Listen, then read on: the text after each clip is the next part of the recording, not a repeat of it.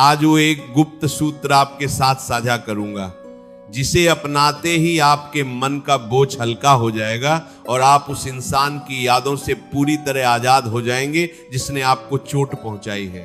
जब अपना ही कोई खून का रिश्ता, कोई परम प्रिय मित्र या जीवन साथी आपके साथ कपट, छल और छलावा कर दे, तो उस विषैले बाण का घाव किसी पराये के दिए जख्म से 1000 गुना अधिक भयंकर और जानलेवा होता है। जिस इंसान की हर बात पर आपने अपनी आंखें बंद करके विश्वास किया था, जिसके लिए आपने अपने प्राण तक दांव पर लगा दिए थे, जब वही आपके सीधेपन का फायदा उठाकर आपकी पीठ में छुरा घोंप दे, तो सीने के भीतर एक ऐसा दहकता हुआ संताप जन्म लेता है जो रात दिन आत्मा को जलाता रहता है। आप रोते हैं, अपनी बेबसी पर चीखते हैं और बार बार उस सामरे सरकार से पूछते हैं कि जिस अपने को मैंने अपना सर्वस्व माना, उसी ने मेरे साथ इतना बड़ा छल क्यों किया।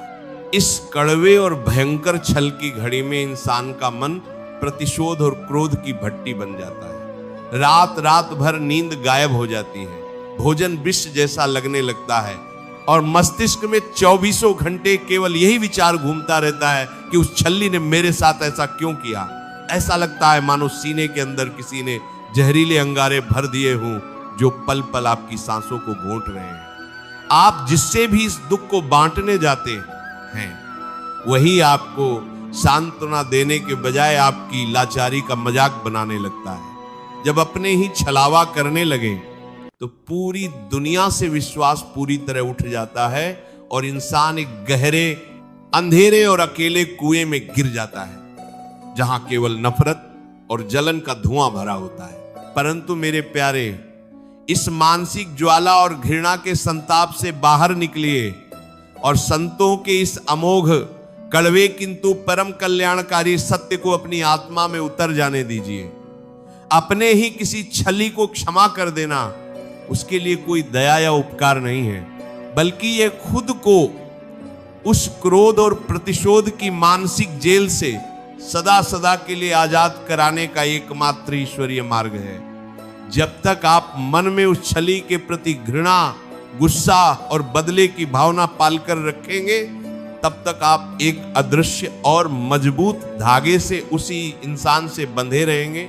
वह इंसान तो अपना स्वार्थ सिद्ध करके आगे बढ़ गया, लेकिन आप उसके दिए घाव को रोज कुरेद कुरेद कर खुद को पल पल प्रताड़ित कर रहे हैं। क्षमा करने का अर्थ यह बिल्कुल नहीं है कि आप उसकी गलत बात को सही ठहरा रहे हैं, बल्कि क्षमा का अर्थ यह है कि अब आपने उस घटना का जहर अपने भीतर से निकालकर फेंक दिया है। जब भी कोई अपना छल करे और आपका मन बदले की आग में जले, तो सबसे पहले उस छली इंसान के सामने अपनी लाचारी का ढोल पीटना और उससे सफाई मांगना बंद कर दीजिए। जो प्राणी आपके पवित्र प्रेम का मोल न समझ सका, जिसने आपके निष्पाप विश्वास की बलि चढ़ा दी, उसके सामने गिड़गिड़ाना या उससे झगड़ना अपने भीतर बैठे साक्षात नारायण का घोर अपमान है। अपने आत्मसम्मान और अपनी आध्यात्मिक ऊर्जा को पहचानिए। जब आप किसी के छल का उत्तर क्रोध से देने के बजाय पूर्ण मौन और निष्काम क्षमा से देते हैं, तो आपकी वही खामोशी काल बनकर उस छली के अहंकार और पापों को भस्म करने लगती है।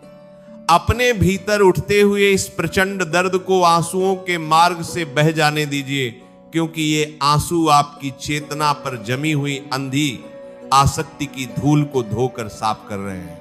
भगवान द्वारकाधीश ने कुरुक्षेत्र के भयानक सम्रांगण में अर्जुन को यही कड़ा उपदेश दिया था कि इस नश्वर जगत में जो भी मनुष्य केवल अपने कर्मों का हिसाब किताब चुकाने आता है, वह अपने स्वभाव के वश में होकर ही कार्य करता है।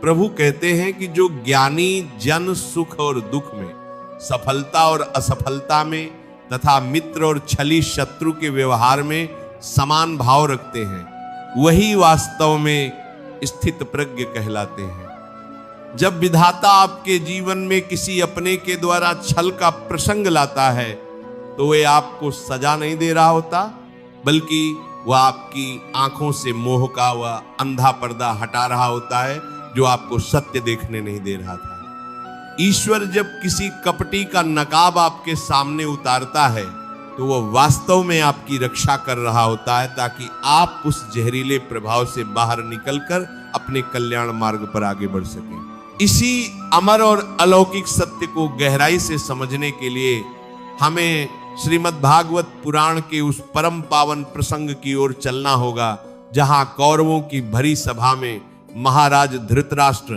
पितामह भीष्म और गुरु द्रोण जैसे अपनों की मौजूदगी में पांडवों के साथ भयंकर छल किया गया था। पांडवों के खेल में कपट करके पांडवों का सारा राजपाट, धन, वस्त्र और सम्मान छीन लिया गया। जिस दुर्योधन और शकुनी को पांडव अपना कुल और भाई मानते थे, उसी अपने कुल ने उनके साथ सबसे बड़ा छलावा किया। पांडवों को 12 वर्षों के कठिन वनवास और 1 वर्ष के कष्टदायी अज्ञातवास की अग्नि में धकेल दिया गया। उस कठिन वनवास की अवधि में पांडवों के पास क्रोध, बदले की भावना और घृणा में जलने के सारे कारण मौजूद थे। भीम और द्रौपदी का हृदय प्रतिशोध की ज्वाला में उबल रहा था, लेकिन धर्मराज युधिष्ठिर ने अत्यंत शांत होकर भगवान श्री कृष्ण के वचनों का आश्रय लिया। युधिष्ठिर जी ने समझाया कि यदि हम अपने मन में केवल कौरवों के छल और घृणा को स्थान देंगे तो हम अपने धर्म, अपनी शांति और अपनी साधना को खो देंगे। उन्होंने उस विकट परिस्थिति में भी अपने धर्म का त्याग नहीं किया और अपने मन से कौरवों के प्रति घृणा का त्याग करके केवल अपने कर्तव्य का पालन किया। जब 12 वर्षों का समय बीत गया तो उसी विधाता ने कर्म का ऐसा चक्र घुमाया कि कुरुक्षेत्र के मैदान में अधर्म और छल करने वाले कौरवों के विशाल साम्राज्य का नामो निशान मिट गया और सत्य तथा धर्म की विजय हुई। ये अमर कथा हमें सिखाती है कि जब अपने छल करें तो बदले की आग में खुद को जलाना नहीं चाहिए, बल्कि विधाता के न्याय पर भरोसा रखकर अपने मन को साफ कर लेना चाहिए। दैनिक जीवन में भी आपने देखा होगा कि जब एक विषैला सांप किसी इंसान को काट लेता है तो इंसान के शरीर में सांप के दांत से ज्यादा उसका फैला हुआ जहर जानलेवा होता है। यदि कोई बुद्धिमान व्यक्ति सांप को मारने के पीछे भागने के बजाय तुरंत अपने शरीर से उस जहर को बाहर निकालने का उपाय करे तो उसकी जान बच जाती है। उसी प्रकार जब कोई अपना आपके साथ छल करता है तो उसका छल तो केवल एक बार हुआ था, लेकिन उस छल की यादों, गुस्से और घृणा को मन में दोहराते रहना उस जहर को पूरे शरीर और आत्मा में फैलाने जैसा है। जब आप उस छल्ली को क्षमा कर देते हैं तो आप वास्तव में उस जहर को अपने भीतर से उखाड़ कर बाहर फेंक देते हैं। इसीलिए मेरे प्यारे, उस गुप्त सूत्र को अपने रोम रोम में संभाल लीजिए। वह परम सूत्र यह है कि उस छली इंसान को अपने मन के भीतर से पूरी तरह से मुक्त कर दीजिए और उसका हिसाब साक्षात विधाता के न्याय पर छोड़ दीजिए। आपका मन चीखेगा कि जिसने मेरी हंसती हुई दुनिया को उजाड़ दिया, जिसने मेरे सच्चे प्रेम का मजाक बनाया, उसे मैं क्षमा कैसे करूं। परंतु मेरी बात को अपनी आत्मा में बांध लीजिए। क्षमा करना उस कपटी को सही ठहराना नहीं है, बल्कि अपनी आंतरिक शांति और अपने गोविंद की शरण पाने का द्वार खोलना है। जिस क्षण आप कहते हैं कि हे नाथ, मैंने इस इंसान के छल को आपके न्याय पर छोड़ा और अपने मन से इसे क्षमा किया, उसी क्षण आपके सीने से 100 मन का भारी पत्थर हट जाता है और आप पूर्ण रूप से आजाद हो जाते हैं। इसके पश्चात अपनी बिखरी हुई चेतना और ऊर्जा को समेटिए। अपने ज्ञान, अपने कर्म, अपने स्वास्थ्य, अपने परिवार और अपने चरित्र को निखारने में अपनी पूरी शक्ति झोंक दीजिए। मौन रहकर केवल अपना धर्म और पुरुषार्थ कीजिए। जब आप शांत होकर अपने सत्कर्म के मार्ग पर आगे बढ़ते हैं और अपनी मेहनत से ऐसा मुकाम हासिल करते हैं जो उस छल्ली की सोच से भी परे हो, तो आपको धोखा देने वाला प्राणी अपनी ही नजर में गिर जाता है और पश्चाताप की भयंकर आग में जीवन भर जलता है। परंतु तब तक आप इतने उच्च आध्यात्मिक और सांसारिक शिखर पर पहुंच चुके होंगे कि उसकी तड़प या उसकी उपस्थिति से आपको कोई सरोकार नहीं रहेगा। जीवन का सबसे शाश्वत और कड़वा नियम यही है कि कर्म का चक्र कभी खाली नहीं जाता। इस ब्रह्मांड में जो जैसा बीज बोता है उसे वैसा ही फल काटना पड़ता है। जिसने आज आपके सीधेपन और सच्चे विश्वास का अनुचित लाभ उठाकर आपको आंसू दिए हैं, कल समय का चक्र उससे ब्याज सहित उन आंसुओं का हिसाब लेगा। आपको बदला लेने की तनिक भी आवश्यकता नहीं है। विधाता का निष्पक्ष न्याय स्वयं सब संभाल लेता है। आपका केवल एक ही परम धर्म है, अपने मन को साफ रखना और अपने गोविंद पर निष्काम विश्वास बनाए रखना। जब भी दिल में बेबसी और अपनों के छल की यादों का उफान उठे, एकांत में बैठकर अपनी आंखें मूंद लीजिए और अपने हृदय कमल में विराजित सामरे सरकार की मंद मंद मुस्कान का ध्यान कीजिए। अपने सारे घाव, अपने सारे आंसू और अपनी सारी पीड़ा उनके श्री चरणों में न्योछावर कर दीजिए। आप स्वयं अनुभव करेंगे कि धीरे धीरे आपकी छाती का वह भारीपन और दर्द समाप्त होने लगा है। एक अलौकिक शांति, एक नया समर्थ और एक दिव्य प्रकाश आपके भीतर बहने लगेगा।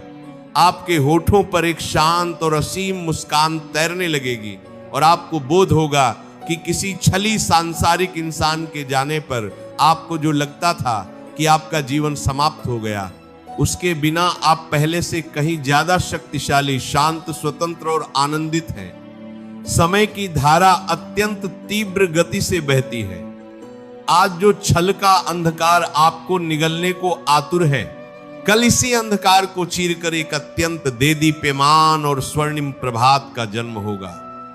अपनी आत्मा पर विश्वास रखिए, उस सर्वशक्तिमान के न्याय पर भरोसा रखिए और अपने सत्य मार्ग पर निडर होकर बढ़ते चले जाइए। यदि आज के इस पावन सत्संग ने आपके दुखी हृदय को जरा सा भी दुलार दिया है, आपके बहते आंसुओं को पोंछकर आपको एक नया आध्यात्मिक बल प्रदान किया है, तो इस वीडियो को तुरंत लाइक कर दीजिए। इस दिव्य संदेश को अपने उन सभी स्नेहीजनों, मित्रों और परिवार के सदस्यों के साथ अवश्य शेयर करें जो आज किसी न किसी अपने के छल और धोखे की पीड़ा से टूट रहे हैं, ताकि उनकी भटकती चेतना को भी परम शांति और सही दिशा मिल सके। ऐसे ही और भी गहन, भावुक और जीवन का कायाकल्प कर देने वाले आध्यात्मिक विचारों को निरंतर सुनने के लिए इस चैनल को अभी सब्सक्राइब कर लीजिए और पास में बनी घंटी यानी बेल आइकन को दबाना बिल्कुल मत भूलिए, ताकि ज्ञान की कोई भी धारा आपसे ओझल न हो पाए। अपने मन के उद्गारों को व्यक्त करने के लिए और अपने भीतर उस परमात्मा की उपस्थिति दर्ज कराने के लिए कमेंट बॉक्स में पूरी श्रद्धा और प्रेम के साथ राधे राधे अवश्य लिखें। राधे राधे। जय श्री कृष्णा।